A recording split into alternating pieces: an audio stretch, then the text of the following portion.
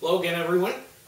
Today we're going to be assembling the Dynam TurboJet, and I did look this plane up, and it's modeled after a Cessna jet, Cessna 500, I believe it is. And so, anyways, we're going to put it together. Really, there's not much to do. This is going to be a very quick video. They've done most of the work for you. This is the version that already has the retracts already installed for you. So it makes it real easy. Now I went ahead and put some of the decals on already, so don't need to do them afterwards. Put them along the wing here and stuff, and the instructions for the decals are all in the manual here. And the other thing that I went ahead and did that is not in the manual, and I don't know why Dynam doesn't do this, but they don't show you putting on the control horns here for the elevators. So it needs it on the elevator and on the rudder.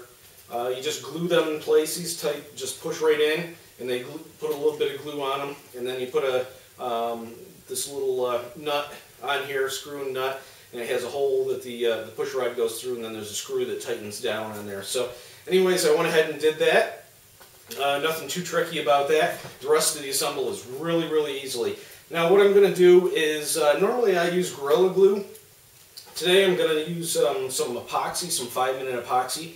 The reason why is when we go to put in these the elevators into the vertical stabilizer here, there wants to be a little bit of a pitch up. I don't know if you can see that. It kind of angles up. And from all the photos, from what I could see, it actually is supposed to be level. So I'm going to use the 5-minute epoxy and kind of hold it level while the epoxy dries. Now, quick tip on the epoxy. Now, I'm just using the regular 5-minute stuff. This is the stuff you can get at Walmart or any of the. You can get it at hobby shops. You can get it at Lowe's, Home Depot, wherever.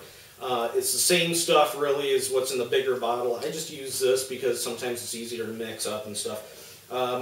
One thing that makes it nice to mix up is sometimes I use a cup. Fire's popping behind me. Sometimes I use a cup like this. And I'll just use the top part of it here and mix it right here. Just use an old popsicle stick, and it works great for holding the glue. So I'm going to go ahead and mix that up, and we're going to glue this in place. And this really looks like the only thing that we have to glue. I think there might be one other thing on the wing here, but we'll get to that in just a couple minutes. So I'm just going to take a little bit of epoxy, squeeze it out.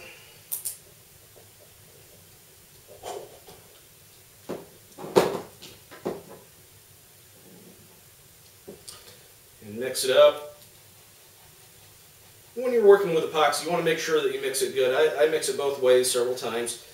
And coat the surfaces, both surfaces. Now I'm going to coat the flat surface here where they go together as well. And I'm going to coat right along here. And you want to use a little bit more of this than you would the Gorilla Glue. The main reason is it doesn't foam up like the Gorilla Glue does. But you don't want so much that you're going to squeeze it out when you put it in. You don't want to make a complete mess of things, but you want enough to hold. So there we are. Got it all glued. So to put it together, really simple. Like I said, this is a really simple plane. They took all the work out of it here for you. We're actually moved on to step 3 here, because steps 1 and 2 was actually putting the motors on and putting the screws down through. That was already done. It comes in the box like that. So you don't even need to do that. So put that on. Make sure I'm not squishing out too much here. Well, it looks good. Just a little bead around the edges there. And I'm going to let that sit for a minute or two and then hold it in a level position. That's what's nice about 2-3-minute epoxy, 5-minute epoxy, is you can just kind of hold it in place until it dries. So I'm going to go ahead and I'm going to let it set up a little bit, and then I'm going to hold it until it dries, and then we'll be back and we'll mount this, and then we'll move on to the wings. And this thing's going to be done before you know it. Well, as you can see, the tail is all dried now, and that's about as level as I could get it by eyeballing it. Should be okay. And now we just install it, and it screws in with 2 screws. I can tell you the number of the screws. Let's see, they're 2.3 by 20 millimeter screws. Doesn't matter. They're the only 2 in the package besides the big plastic one that holds on the wings. So let's install this. So it looks like it just slides right down in here. like so. Flip it over. We'll kind of hang the tail off the end here and grab the screws out from underneath. Don't want to trap them underneath. You got 2 holes here. Just drop a screw into each one. Line right up. Whoop. I don't have a long enough screwdriver for that one. I'm going to have to get one of the long screwdrivers out. So we'll do this one. Tighten that down. Don't want to over tighten these. You want to make sure that it's snug, but you don't want to reef on it to the point where it's got a little bit of glue on that there. You don't want to reef on it to the point where you break something, either the foam or the plastic. So there we go. We got that one in, and I'll have to grab my other screwdriver and screw that one in. Not a big deal. So for now, I'm just gonna dump that one back out. We'll set it aside. Just hope I don't forget about it. I shouldn't. I'm going to put it over here. So let's move on to the next step. Now, in the instruction book, this is the ARF version, by the way. I think I mentioned that before. So in the next step, it shows inserting the speed controller and the wires and stuff. Speed controllers are already installed. No need to do that. Steps 8 through 10 are installing the landing gear. Landing gear are all installed. Now, one thing I do want to pass along is one of my viewers that has the same plane said to double check these, and that it wouldn't be a bad idea to put some glue on these as well, where these landing gears mounts, because he had his pull out. So I haven't checked those yet. I will go back through and check those. So I'm passing that information along.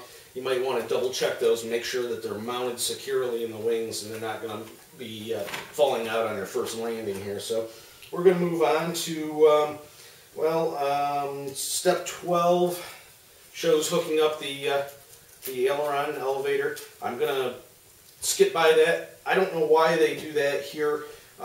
That's one of the last things that I do, because I want the system powered up. I want the plane powered up before I do that so that I can get the trim set right.